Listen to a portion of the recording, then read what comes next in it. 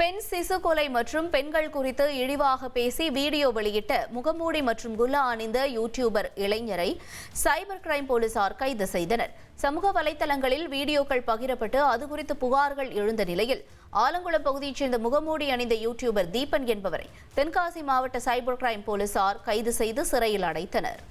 தென்காசி ஆழ்வார்குறிச்சி அருகே கட்டிட தொழிலாளி உயிரிழந்த சம்பவத்தில் காவல்துறை 4 பேரை கைது செய்துள்ள சம்பவம் பரபரப்பை ஏற்படுத்தியுள்ளது.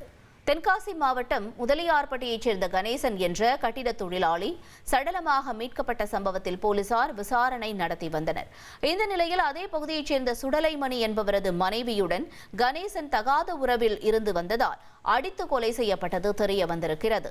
இது தொடர்பாக கொலை வழக்கு பதிவு செய்த போலீசார் சுடலைமணி உட்பட 4 பேரை கைது செய்து சிறையில் அடைத்தனர். உங்கள் தந்திவன் தொலைக்காட்சியில் கணபதியே வருவாய் தினமும் காலை 7 மணிக்கு காண தவறாதீர்கள்.